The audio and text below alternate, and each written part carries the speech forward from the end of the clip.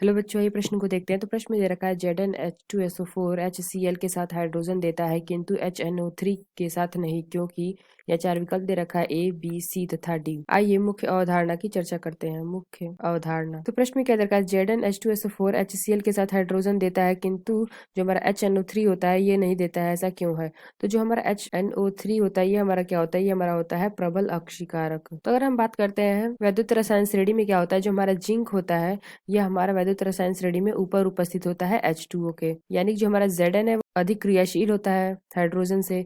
तो अगर हम बात करते हैं HNO3 क्यों हमारा हाइड्रोजन नहीं देता है, तो ये हमारा क्या, जो हमारा HNO3 है यहाँ पे हमारा क्या होता है, ये NO3 माइनस आयन अपचयित हो जाता है और यहाँ पे क्या होता है H2 गैस जो निकलती है वो हमारी फिर क्या होती है, जल में परिवर्तित हो जाती है H2O में।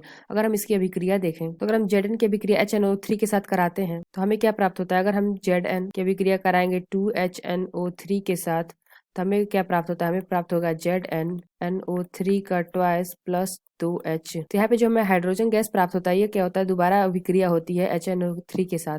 HNO3 प्लस यहाँ पे हम 8 मोल हाइड्रोजन के लिए लेते हैं तो ये हमें क्या मिल जाता है, अमोनिया NH3 प्लस 3H2O। फिर हमारा क्या होता है, जो हमारा अमोनिया होता है NH3 फिर ये अभिक्रिया होती है HNO3 के साथ और ये हमारा क्या बना लेता है NH4NO3। तो यहाँ से हम क्या करेंगे, इन दोनों को जोड़ देंगे। तो यहाँ पे अगर हम हाइड्रोजन को बैलेंस करने के लिए यहाँ पे क्या कर देंगे, 4 से गुणा कर देंगे तो यहाँ पे हमारा 8 हाइड्रोजन हो जाएगा। तो यहाँ से हमारा हाइड्रोजन हाइड्रोजन कट जाएगा तो यहाँ पे हमें क्या प्राप्त होगा, यहाँ पे हमें 4 मोल यहाँ पे हाइड्रोजन या 4 से गुणा करेंगे तो 4 Zn हो जाएगा। तो हमारा 4 Zn प्लस 10 हमारा HNO3 और इधर हमें क्या प्राप्त होगा 4ZnNO3 का twice plus NH4NO3 plus 3H2O। तो यहाँ पे हमने देखा कि हमें हाइड्रोजन प्राप्त होता है वो हमारे किस में बदल गया है, जल में, यानी कि H2O में। तो ये जो हम HNO3 के साथ अभिक्रिया कराते हैं तो हमें जल प्राप्त होता है, ना कि हाइड्रोजन गैस। क्योंकि यहाँ पे क्या होता है H माइनस आयन की प्राथमिकता में क्या होता है HNO3 आयन अपचयित होता है। और अगर हम Zn की अभिक्रिया कराते हैं H2SO4 के साथ और HCl के साथ तो हाइड्रोजन देता है, लेकिन हम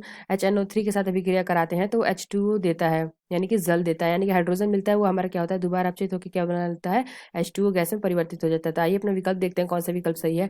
तो पहला क्या दे रखा है, Zn जब HNO3 से क्रिया करता है तो ये ऑक्सीकारक के रूप में कार्य करता है। ये विकल्प हमारा गलत है, यानी करता है। बी क्या दे रखा है, HNO3 H2SO4 एवं HCl की अपेक्षा दुर्बल अम्ल है। तो यहाँ पे हमने क्या देखा, ये प्रबल अक्षीकारक होता है। यहाँ क्या दे रखा है, दुर्बल, ये हमारा प्रबल होता है, इसलिए विकल्प भी गलत है। तीसरा क्या दे रखा है, Zn विद्युत रसायन श्रेणी में हाइड्रोजन के ऊपर उपस्थित है। ये हमारा सही तो है, लेकिन यहाँ पे अगर हमारा जो Zn है विद्युत रसायन श्रेणी में हाइड्रोजन के ऊपर स्थित होता है, इससे कोई मतलब नहीं है। ये विकल्प भी हमारा गलत होगा। चौथा क्या दे रखा है, H माइनस आयन की प्राथमिकता में NO3 माइनस आयन अपचयित होता है। तो यह विकल्प हमारा सही है। H माइनस आयन की प्राथमिकता में क्या होता है, जो हमारा NO3 है माइनस होता है वो हमारा अपचयित हो जाता है और यहाँ पे जल का निर्माण होता है। आशा करते हैं आपको समझ में आया होगा। धन्यवाद।